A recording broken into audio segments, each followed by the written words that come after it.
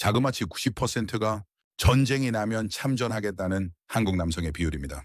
러시아 핵물리학자 이고르 벨린스키 교수가 이 숫자를 칠판에 적었습니다. 모스크바 강의실이 충격에 빠졌습니다. 러시아는 어땠을까요? 동원령이 떨어지자 수십만이 도망갔습니다. 중국은요, 14억 인구지만 몇이나 싸울까요? 하지만 대한민국은 다릅니다.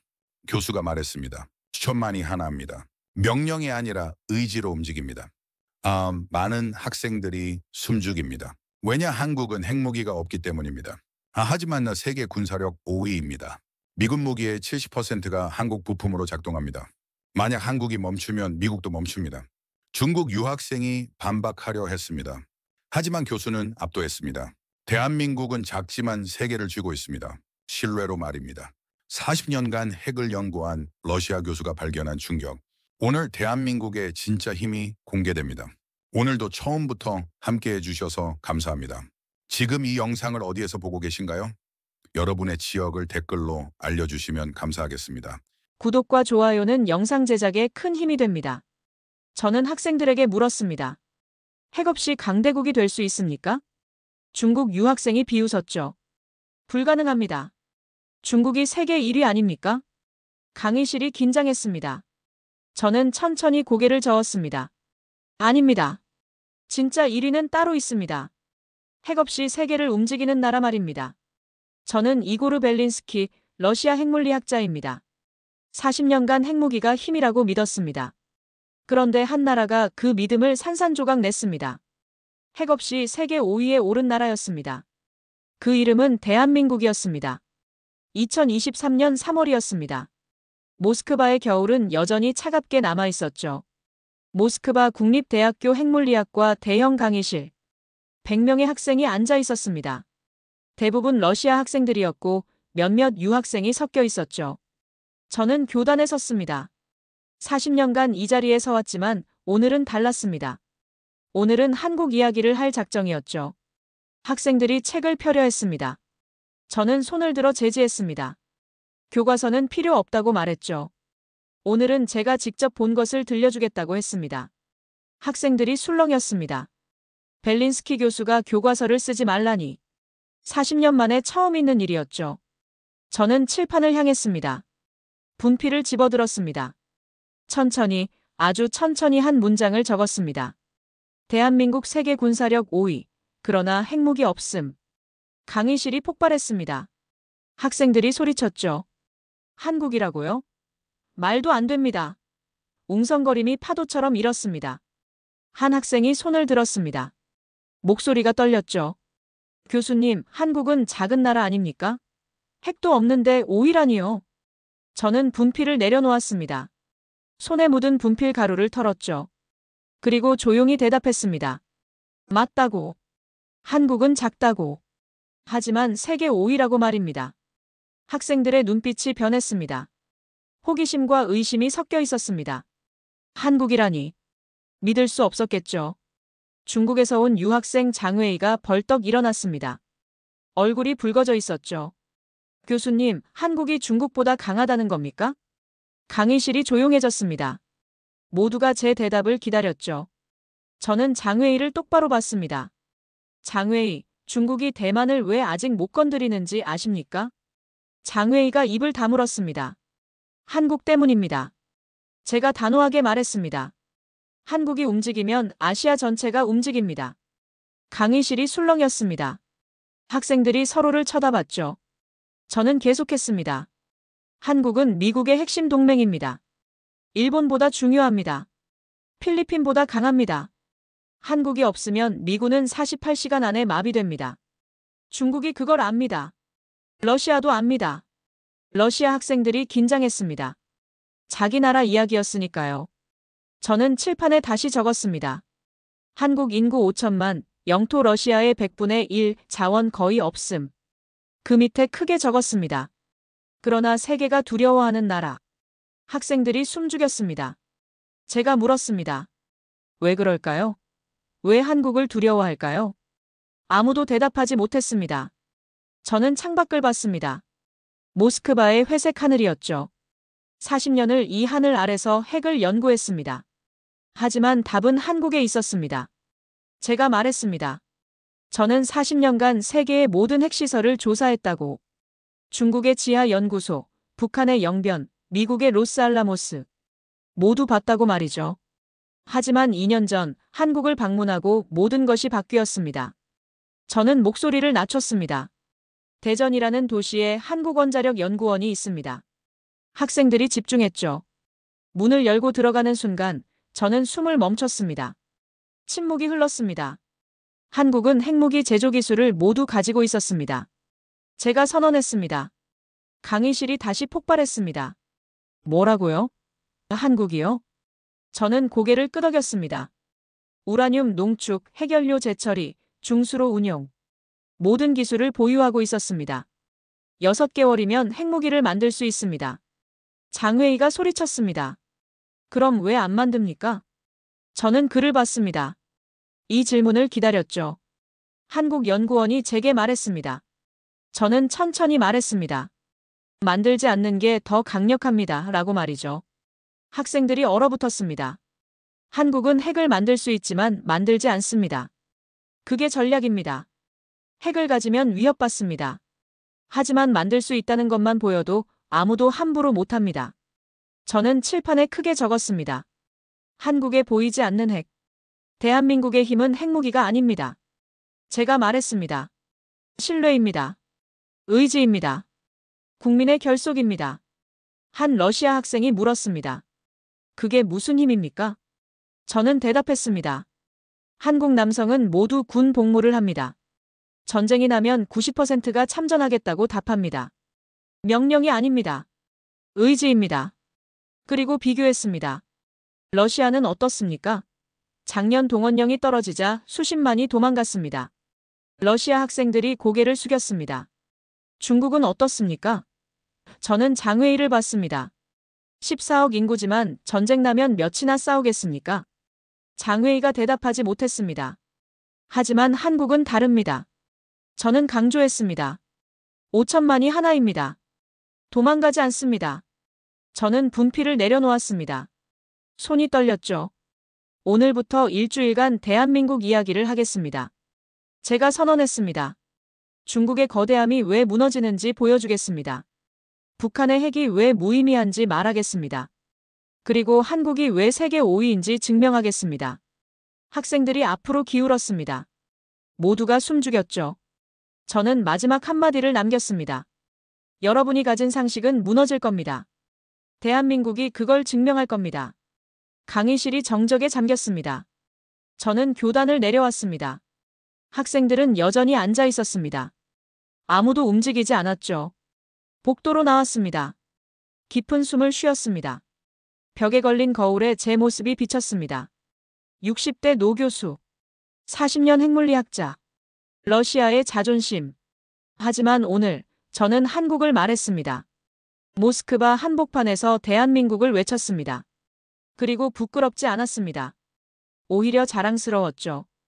왜냐하면 진실이었으니까요. 한국은 핵 없이 세계를 움직이는 나라였습니다. 다음 강의 날이 왔습니다. 학생들은 30분 전부터 자리를 잡고 있었습니다. 소문이 퍼졌죠. 벨린스키 교수가 한국 이야기로 중국을 무너뜨렸다는 소문이 말입니다. 저는 교단에 섰습니다. 오늘은 중국 이야기를 할 차례였습니다. 한국과 비교하기 위해서 말이죠. 학생들이 조용히 기다렸습니다. 장회의도 앉아 있었습니다. 표정이 굳어 있었죠. 저는 입을 열었습니다. 2년 전 겨울 이야기를 시작했습니다. 국제원자력기구 사찰단 자격으로 중국을 방문했던 일 말이죠. 베이징에서 차로 2시간을 달렸습니다. 산속 깊은 곳이었죠. 거대한 철문이 나타났습니다. 경비가 5겹이었습니다. 카드키를 5번 찍었죠. 매번 다른 경비가 확인했습니다. 지하 50m로 내려갔습니다. 엘리베이터가 오래 내려갔습니다. 귀가 먹먹했죠. 마침내 문이 열렸습니다. 눈앞에 펼쳐진 광경에 숨이 막혔습니다. 축구장 20개 크기였습니다. 천장이 보이지 않을 만큼 높았죠. 3,000명이 일하고 있었습니다. 학생들이 감탄했습니다. 장회의가 미소 지었죠. 하지만 저는 계속했습니다. 건물은 웅장했지만 이상했다고. 뭔가 잘못됐다고 말입니다. 연구원들을 관찰했습니다. 모두 바쁘게 움직였죠. 하지만 아무도 대화하지 않았습니다. 침묵만 흘렀습니다. 복도를 걸었습니다. A동을 지나 B동으로 갔습니다. B동에서 C동으로 이동했죠. 각 구역마다 철문이 있었습니다. 완전히 차단돼 있었습니다. 저는 안내원에게 물었습니다. 연구원들이 서로 교류하냐고. 안내원이 고개를 저었습니다. 보안상 불가능하다고 했죠. A동 연구원은 B동의 존재를 몰랐습니다. B동은 C동을 몰랐죠. 각자 맡은 부분만 연구했습니다. 전체 그림은 아무도 몰랐습니다. 저는 칠판에 선을 그었습니다. 단절된 선들이었습니다. 연결되지 않은 조각들이었죠.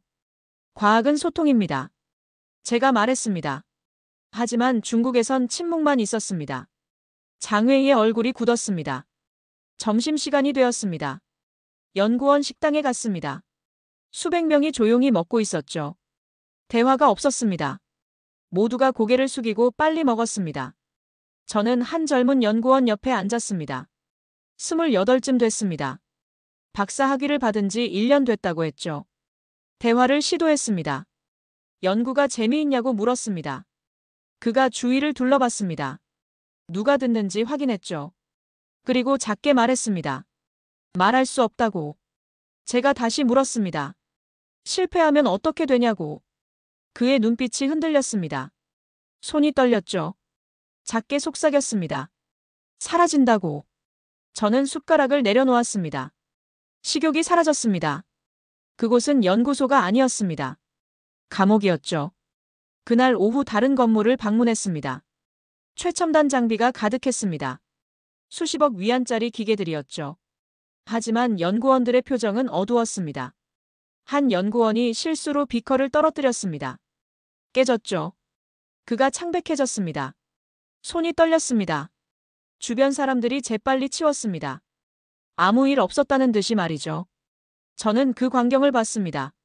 공포였습니다. 작은 실수도 용납되지 않는 곳이었죠. 저는 칠판에 적었습니다. 두려움의 과학. 중국의 실험실은 거대했습니다. 예산도 천문학적이었죠. 하지만 그곳엔 과학이 없었습니다. 오직 복종만 있었습니다. 그리고 저는 한국을 떠올렸습니다. 한국원자력연구원은 달랐습니다. 연구원들이 웃었습니다. 대화했죠. 토론했습니다. 실패해도 다시 도전했습니다. 한 한국 연구원이 말했었습니다. 실패는 배움이라고. 두려워하지 않는다고. 그게 과학이라고 말이죠. 중국과 완전히 달랐습니다. 저는 학생들을 봤습니다. 중국은 크지만 약합니다. 두려움으로는 진짜 과학을 할 수 없으니까요. 장웨이가 반박하려 했습니다. 하지만 중국은 핵무기를 만들었습니다. 저는 고개를 끄덕였습니다. 맞습니다. 하지만 그게 전부입니까? 침묵이 흘렀습니다. 한국은 핵무기를 만들 수 있지만 만들지 않습니다. 제가 말했습니다. 중국은 핵무기를 만들었지만 세계의 신뢰는 얻지 못했습니다. 무엇이 더 강합니까? 학생들이 생각에 잠겼습니다. 저는 마지막 이야기를 꺼냈습니다. 중국 연구소를 떠나던 날이었습니다. 5개의 철문을 다시 통과했습니다. 지상으로 올라왔죠. 햇빛을 봤습니다. 숨을 크게 들이쉬었습니다. 자유를 느꼈죠. 뒤돌아봤습니다. 거대한 건물이 산속에 묻혀 있었습니다. 웅장했지만 차갑게 느껴졌죠. 저는 생각했습니다. 저 안에 핵은 있지만 인간은 없다고. 기계는 있지만 영혼은 없다고 말입니다. 그리고 한국을 다시 떠올렸습니다. 작은 연구소였지만 생기가 넘쳤습니다. 웃음이 있었죠. 희망이 있었습니다. 저는 칠판을 쳤습니다. 크기가 아니라 마음입니다. 중국은 거대하지만 두려워합니다. 한국은 작지만 자유롭습니다. 학생들이 숙연해졌습니다. 한국이 더 강한 이유입니다. 제가 결론 내렸습니다. 두려움으로는 세계를 이길 수 없습니다. 신뢰로만 가능합니다. 장웨이가 고개를 숙였습니다. 반박하지 못했죠. 저는 마지막 말을 남겼습니다. 다음 시간엔 북한 이야기를 하겠습니다. 더 충격적일 겁니다. 그리고 왜 한국이 다른지 명확히 보여드리겠습니다. 강의가 끝났습니다. 학생들이 천천히 나갔습니다. 조용했습니다. 장웨이가 마지막까지 앉아 있었습니다. 생각에 잠긴 얼굴이었죠. 저는 그를 이해했습니다. 자기 나라가 비판받는 건 아픕니다. 하지만 진실이었죠. 중국은 크지만 약했습니다. 한국은 작지만 강했습니다. 그게 제가 본 진실이었습니다. 일주일이 지났습니다. 강의실은 더 많은 학생으로 채워졌습니다.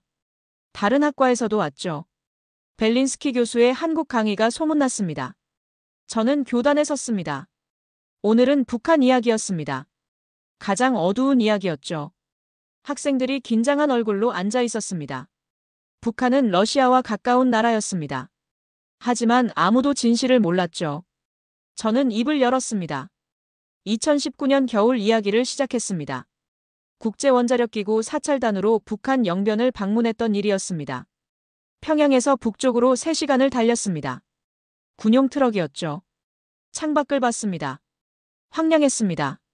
노는 있었지만 사람이 보이지 않았습니다. 마을은 조용했습니다. 연기조차 나지 않았죠. 영변에 도착했습니다. 핵시설이라고 했습니다. 하지만 첫인상은 충격이었습니다. 너무 초라했습니다. 페인트가 벗겨져 있었습니다. 창문은 금이가 있었죠. 어떤 창문은 아예 깨져 있었습니다. 차가운 바람이 들어왔습니다. 학생들이 놀란 표정을 지었습니다. 핵시설이 이럴 수 있냐는 얼굴이었죠. 저는 계속했습니다. 건물 안으로 들어갔습니다. 복도가 어두웠습니다. 전등이 깜빡였죠. 불안정했습니다. 안내원에게 물었습니다. 전기가 안정적이냐고. 그가 답답한 표정으로 대답했습니다. 하루에 3번 정전된다고 했죠. 저는 놀랐습니다. 핵시설인데 정전이 된다니. 중국도 한국도 상상할 수 없는 일이었습니다. 한 실험실로 안내받았습니다. 문을 열었습니다. 20명쯤의 연구원이 있었습니다. 모두 흰 실험복을 입고 있었죠. 하지만 이상했습니다. 실험복이 헐렁했습니다. 몸에 맞지 않았죠. 아니, 정확히는 연구원들이 너무 말랐습니다. 한 젊은 여성 연구원이 눈에 들어왔습니다. 25쯤 됐습니다. 얼굴이 창백했죠. 손이 가늘었습니다. 영양실조처럼 보였습니다. 저는 장비들을 살폈습니다. 낡았습니다. 녹슬었죠. 1970년대 소련제 장비들이었습니다. 50년도 더 된 것들이었습니다. 한 연구원이 촛불을 켜고 있었습니다. 제가 물었습니다. 왜 촛불이냐고. 그가 답했습니다. 정전에 대비한다고. 계산을 해야 하니까요. 저는 충격받았습니다. 21세기인데 촛불로 계산을 한다니. 한국연구소의 최첨단 컴퓨터가 떠올랐습니다. 대조가 극명했죠. 점심시간이 되었습니다. 식당으로 갔습니다. 연구원들이 줄을 섰습니다. 조용했습니다. 아무도 말하지 않았죠. 식판을 받았습니다. 밥이 있었습니다. 김치 몇 조각이 전부였죠. 국도 없었습니다. 반찬도 없었습니다. 연구원들은 빠르게 먹었습니다. 씹지도 않고 삼켰습니다. 배가 고팠던 겁니다. 저는 먹을 수 없었습니다. 목이 메었습니다. 이곳이 핵시설이라니. 믿기지 않았죠. 그 젊은 여성 연구원이 옆 테이블에 앉았습니다. 저는 명함을 건넸습니다.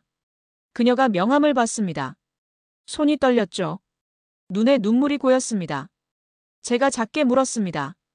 연구가 재미있냐고. 그녀가 고개를 저었습니다. 목소리가 떨렸습니다. 시키는 대로만 한다고. 질문할 수 없다고 말했습니다. 제가 다시 물었습니다. 실패하면 어떻게 되냐고. 그녀의 얼굴이 창백해졌습니다. 주위를 둘러봤습니다. 그리고 아주 작게 속삭였습니다.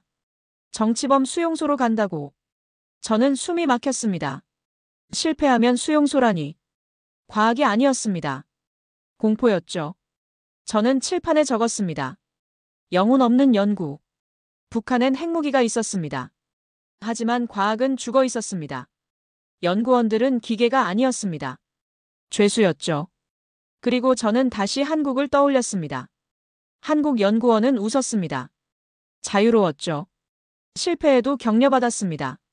다시 도전할 수 있었습니다. 북한 연구원은 떨었습니다. 두려워했죠. 실패하면 수용소로 갔습니다. 가족도 함께 갔습니다. 무엇이 더 강할까요? 답은 명확했습니다. 오후에 다른 건물을 방문했습니다. 장비 보관소였습니다. 문을 열었습니다. 먼지가 가득했죠. 오래된 기계들이 쌓여 있었습니다. 안내원이 자랑스럽게 말했습니다. 우리 기술로 고쳐가며 쓴다고. 자립이라고 했죠. 하지만 제 눈엔 보였습니다. 그건 자립이 아니었습니다. 고립이었죠. 세상과 단절된 결과였습니다. 한국은 세계와 협력했습니다. 최신 기술을 공유받았죠. 동시에 자체 기술도 개발했습니다. 균형이었습니다. 북한은 세상과 싸웠습니다. 혼자 버텼죠. 결과는 낙후였습니다. 마지막 날이었습니다. 연구소를 떠날 시간이었습니다. 그 여성 연구원이 멀리서 저를 봤습니다. 눈으로 인사했죠. 그 눈엔 절망이 있었습니다. 저는 차에 올랐습니다. 뒤돌아봤습니다. 낡은 건물이 보였습니다. 굴뚝에서 연기가 나지 않았습니다. 또 정전이었던 겁니다. 저는 생각했습니다. 저곳엔 핵이 있지만 희망은 없다고. 무기는 있지만 미래는 없다고 말입니다. 그리고 한국이 떠올랐습니다. 핵은 없지만 희망이 넘쳤습니다. 미래가 밝았죠. 저는 학생들을 봤습니다. 모두 숙연한 얼굴이었습니다. 제가 말했습니다. 북한은 핵무기를 가졌습니다. 하지만 과학은 죽었습니다. 한국은 핵무기가 없습니다. 하지만 과학이 살아있습니다. 무엇이 더 강합니까? 침묵이 흘렀습니다. 답은 명확했죠. 영혼 없는 곳에서는 핵도 고철일 뿐입니다. 제가 결론 내렸습니다. 학생들이 고개를 끄덕였습니다. 저는 마지막 말을 남겼습니다. 다음 시간엔 한국 이야기를 시작하겠습니다.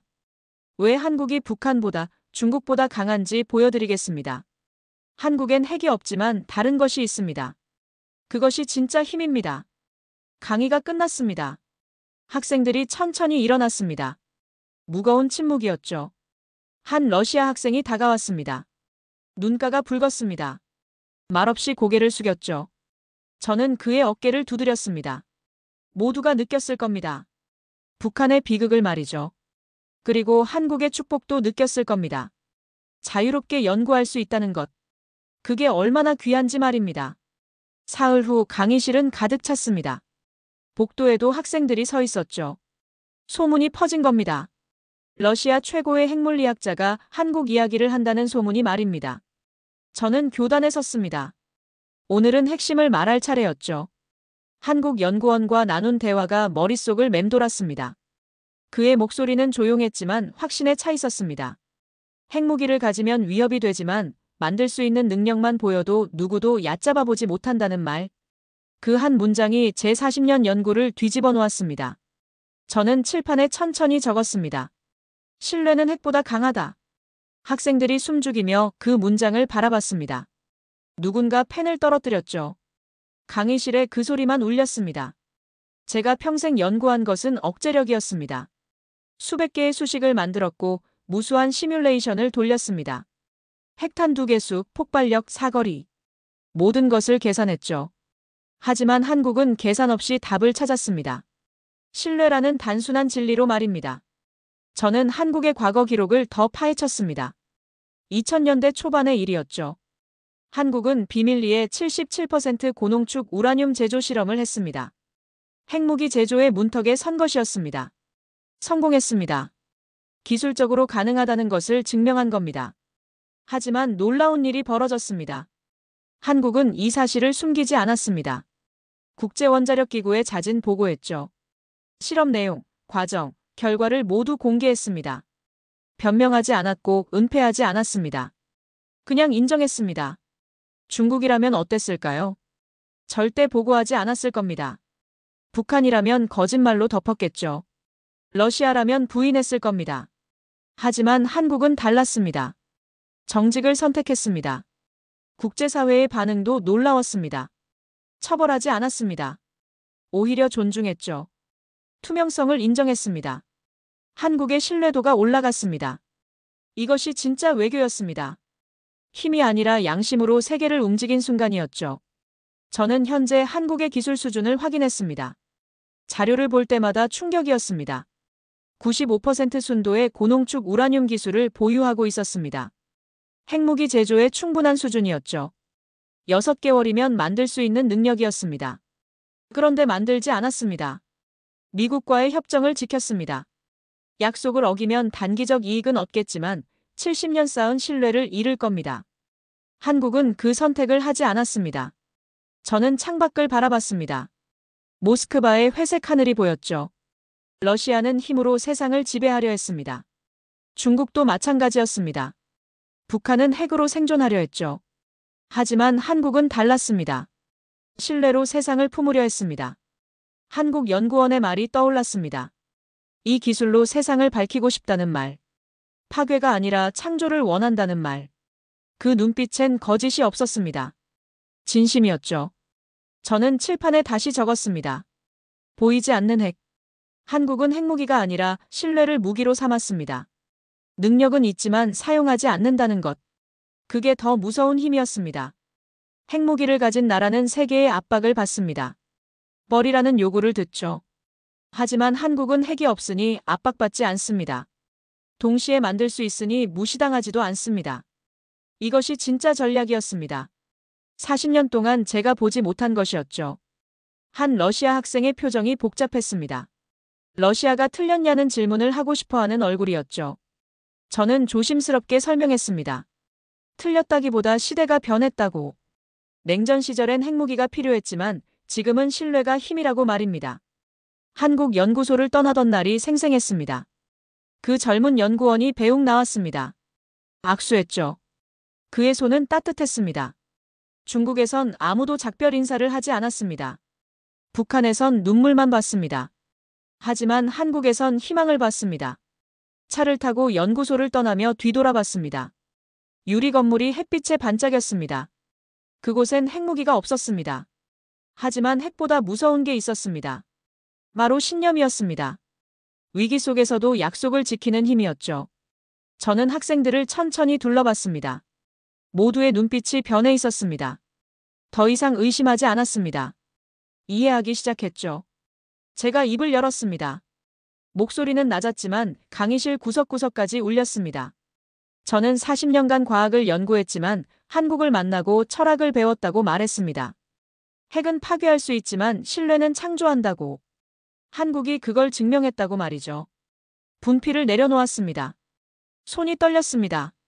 감정이 복받쳤죠. 다음 시간엔 마지막 이야기를 하겠다고 선언했습니다. 한국이 어떻게 국민의 힘으로 세계 5위가 됐는지 말할 거라고. 진짜 강한 나라가 무엇인지 보여주겠다고 말입니다. 학생들이 박수를 쳤습니다. 강의실이 울렸죠. 저는 교단을 내려오며 깊은 숨을 쉬었습니다. 이제 클라이맥스만 남았습니다. 가장 중요한 이야기만 남았죠. 일주일이 지났습니다. 강의실은 평소보다 일찍 채워졌습니다. 학생들의 표정이 달라져 있었죠. 기대감과 긴장감이 섞여 있었습니다. 저는 교단에 섰습니다. 오늘은 한국의 진짜 힘을 말할 차례였습니다. 기술도 중요하지만 더 중요한 것이 있었죠. 한국 방문 중 놀라운 통계를 발견했습니다. 연구소가 아니라 국방부 자료였죠. 처음엔 믿기지 않았습니다. 3번 확인했습니다. 하지만 사실이었습니다. 한국은 모든 남성이 군 복무를 합니다. 18개월에서 21개월입니다. 러시아보다 깁니다. 선진국 중 유일했죠. 경제 규모 세계 10위 안에 드는 나라인데 말입니다. 더 놀라운 건 그 다음이었습니다. 그들은 자발적으로 복무했습니다. 명령이 아니라 의무라고 생각했죠. 국가를 지키는 게 당연하다고 여겼습니다. 저는 설문조사 자료를 칠판에 띄웠습니다. 숫자가 선명했습니다. 전쟁이 발발하면 참전하겠다는 한국 남성이 90%였습니다. 예비군 훈련 참석률은 99%였죠. 학생들이 술렁였습니다. 믿을 수 없다는 표정이었습니다. 저는 러시아 상황을 떠올렸습니다. 작년 동원령이 내려졌을 때를 말이죠. 수십만 명이 국경을 넘었습니다. 조지아로, 카자흐스탄으로, 몽골로 도망쳤습니다. 항공권 가격이 10배로 뛰었죠. 남자들이 사라졌습니다. 하지만 한국은 달랐습니다. 그들은 싸우기 위해 모였습니다. 우리는 피하기 위해 흩어졌죠. 저는 침묵했습니다. 이 사실이 부끄러웠습니다. 러시아 학생들도 고개를 숙였습니다. 모두가 알고 있는 진실이었으니까요. 한국의 예비군 제도도 독특했습니다.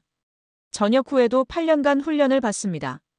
1년에 며칠씩 군복을 입고 총을 듭니다. 40대가 되어도 계속하죠. 처음엔 강제인 줄 알았습니다. 하지만 아니었습니다. 그들은 스스로 갔습니다. 불평하지 않았습니다. 당연하다고 생각했죠. 저는 이유를 찾았습니다. 왜 한국 남성들은 이렇게 다를까? 자료를 뒤졌습니다. 역사를 공부했죠. 답은 간단했습니다. 그들은 전쟁을 겪었습니다. 할아버지 세대가 전쟁을 경험했죠. 아버지 세대는 그 이야기를 들으며 자랐습니다. 손자 세대는 그 기억을 이어받았습니다. 북한이 50km 위에 있었습니다. 매일 위협이 있었죠. 평화는 당연한 게 아니었습니다. 지켜야 하는 것이었습니다. 저는 한국 군인과 대화한 기억이 떠올랐습니다.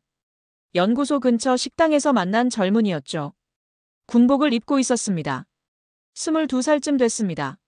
잠깐 대화를 나눴습니다. 군 생활이 힘들지 않냐고 물었죠. 그가 웃으며 대답했습니다. 힘들지만 보람 있다고. 나라를 지킨다는 자부심이 있다고 말입니다. 러시아 젊은이들은 어떨까요? 군 복무를 피하려 합니다. 뇌물을 주기도 하죠. 도망가기도 합니다. 명예라고 생각하지 않습니다. 하지만 한국 젊은이는 달랐습니다. 자랑스러워했습니다. 당당했죠. 저는 더 깊이 조사했습니다. 한국군의 전투력을 분석했습니다. 놀라웠습니다. 세계 최고 수준이었죠. 장비도 우수했습니다. K2 전차, K9 자주포, 최신 전투기들. 모두 자체 제작이었습니다. 수출도 하고 있었죠. 하지만 진짜 강점은 따로 있었습니다. 바로 사기였습니다. 군인들의 정신력이었죠. 그들은 무엇을 위해 싸우는지 알았습니다. 가족을 위해, 나라를 위해 싸웠습니다. 명령 때문이 아니었습니다. 의지 때문이었죠. 저는 칠판에 적었습니다. 명령이 아닌 의지로 움직이는 군대. 러시아군은 어떨까요? 명령으로 움직입니다. 두려움으로 통제하죠. 탈영하면 처벌받습니다. 그래서 싸웁니다. 북한군은 더 심합니다. 공포로 지배합니다. 가족이 인질이죠. 도망가면 가족이 수용소로 갑니다. 하지만 한국군은 달랐습니다. 스스로 선택했습니다. 지키고 싶어서 싸웠습니다.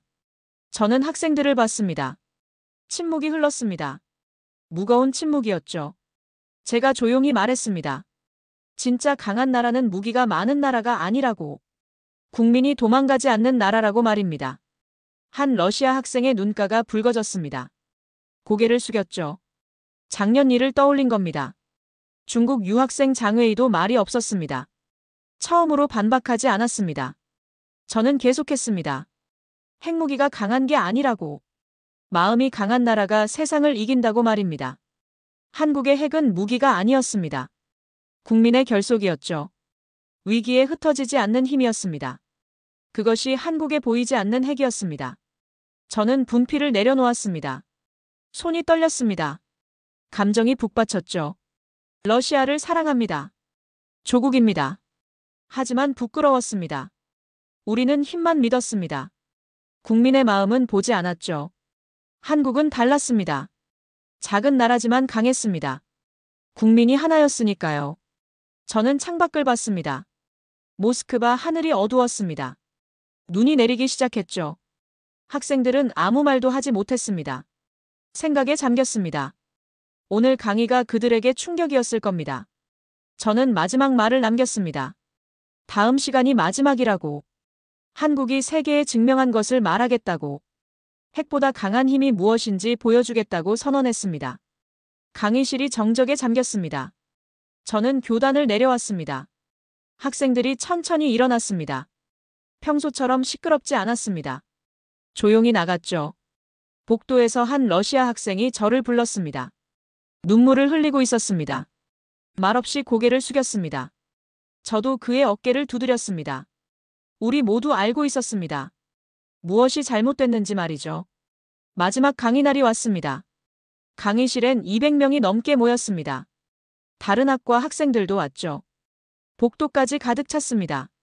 벨린스키 교수의 마지막 강의라는 소문이 퍼졌습니다. 저는 교단에 섰습니다. 평소와 달리 긴장됐습니다. 오늘은 제 인생의 결론을 말할 날이었으니까요. 칠판에 3개의 원을 그렸습니다. 천천히 이름을 적었죠. 중국, 북한, 그리고 한국. 학생들이 숨죽이며 지켜봤습니다. 저는 첫 번째 원을 가리켰습니다. 중국. 거대했습니다. 인구 14억, 영토는 러시아 다음이죠. 핵무기도 수백 개 있습니다. 군사비도 천문학적입니다. 하지만 그곳엔 두려움이 있었습니다.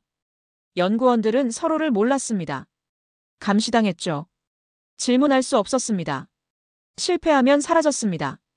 두 번째 원을 가리켰습니다. 북한. 핵무기를 가졌습니다. 세계를 위협하죠.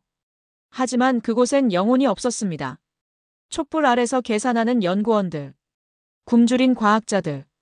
깨진 창문과 낡은 장비들. 세 번째 원을 가리켰습니다. 한국. 작았습니다. 인구 5천만, 영토는 러시아의 100분의 1도 안 됩니다. 핵무기도 없었죠. 하지만 그곳엔 다른 게 있었습니다. 저는 잠시 침묵했습니다. 이 순간이 중요했습니다. 한국엔 신뢰가 있었습니다. 연구원들이 웃었습니다. 두려움 없이 연구했죠. 실패해도 다시 도전했습니다. 질문이 허용됐습니다. 토론이 있었습니다. 한국엔 의지가 있었습니다. 국민이 도망가지 않았습니다. 위기에 모였죠. 스스로 나라를 지켰습니다. 명령이 아니라 선택으로 말입니다. 한국엔 철학이 있었습니다. 핵을 무기가 아니라 책임으로 봤습니다. 파괴가 아니라 창조를 원했죠. 세상을 밝히려 했습니다. 저는 학생들을 천천히 둘러봤습니다. 모두의 눈이 저를 향하고 있었습니다. 제가 물었습니다. 진짜 핵보유국은 어디냐고. 힘이 있는 나라는 어디냐고 말이죠. 정적이 흘렀습니다. 긴 정적이었습니다. 한 학생이 조용히 말했습니다. 대한민국이라고. 그 목소리는 떨렸지만 확신에 차 있었습니다. 다른 학생들도 고개를 끄덕였습니다. 장회의조차 반박하지 않았습니다. 저는 천천히 말했습니다. 그렇다고. 핵무기를 가진 나라는 많지만 핵보다 무서운 힘을 가진 나라는 단 하나라고. 대한민국이라고 말입니다. 그 힘의 이름은 보이지 않는 핵이라고. 신뢰였고 의지였고 신념이었다고 설명했습니다. 저는 마지막 이야기를 꺼냈습니다. 오늘 아침 일이었습니다. 이메일을 확인했죠. 낯선 주소에서 온 메일이 있었습니다. 열어봤습니다. 첫 문장을 보는 순간 손이 떨렸습니다. 벨린스키 교수님. 기억하시나요? 10년 전 영변에서 만난 젊은 연구원입니다. 저는 숨이 멎었습니다. 그 여성이었습니다. 촛불 아래서 떨던 그녀. 명함을 받고 눈물 흘리던 그녀 말이죠. 메일을 계속 읽었습니다. 손이 떨려서 마우스를 제대로 잡을 수 없었습니다. 그녀는 탈출에 성공했습니다. 3년 전이었죠. 중국을 거쳐 한국에 도착했습니다. 지금은 한국의 연구소에서 일하고 있다고 했습니다. 이제 진짜 과학을 하고 있다고 썼습니다. 두려움 없이 연구한다고. 실패해도 괜찮다고. 다시 도전할 수 있다고 말입니다. 한국이 자신을 구했다고 했습니다. 인간으로 대해준다고. 과학자로 존중받는다고 썼습니다. 마지막 문장이 가슴을 쳤습니다. 교수님 덕분에 희망을 가졌다고. 그 명함이 꿈을 주었다고. 이제 자유롭다고 적혀 있었습니다. 저는 학생들에게 이 이야기를 했습니다.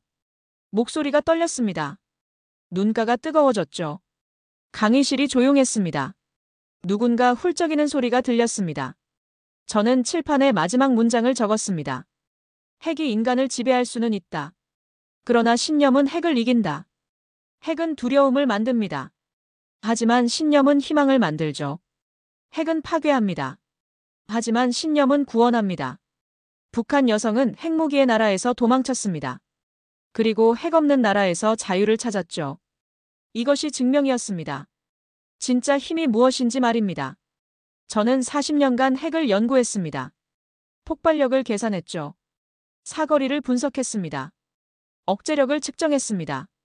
하지만 한국을 만나고 깨달았습니다. 제가 놓친 것이 있다는 걸 말이죠. 진짜 힘은 파괴가 아니었습니다. 창조였습니다.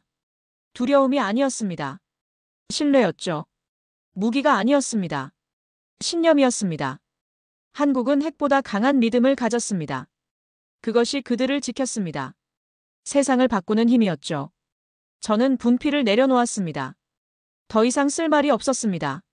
학생들이 일어났습니다. 박수가 터졌습니다. 강의실이 울렸죠. 복도까지 박수 소리가 퍼졌습니다. 하지만 저는 박수를 듣지 못했습니다. 머릿속이 하였습니다. 40년 인생이 스쳐 지나갔죠. 소련 시절부터 지금까지 수백 개의 논문, 수천 번의 실험, 무수한 계산들. 하지만 진짜 답은 한국에 있었습니다. 작은 나라에 있었죠. 핵 없는 나라에 있었습니다. 박수가 멈췄습니다. 학생들이 천천히 나갔습니다. 아무도 말하지 않았죠. 조용히 고개를 숙이며 나갔습니다. 강의실이 텅 비었습니다. 저 혼자 남았습니다. 창밖을 봤습니다. 눈이 그쳤습니다. 햇빛이 비쳤죠. 모스크바의 드물게 맑은 날이었습니다. 저는 칠판에 적힌 글자들을 바라봤습니다. 신뢰, 의지, 신념, 보이지 않는 핵, 그리고 마지막 한 줄. 대한민국. 저는 미소 지었습니다. 눈물이 흘렀죠. 40년 만에 처음으로 답을 찾았습니다.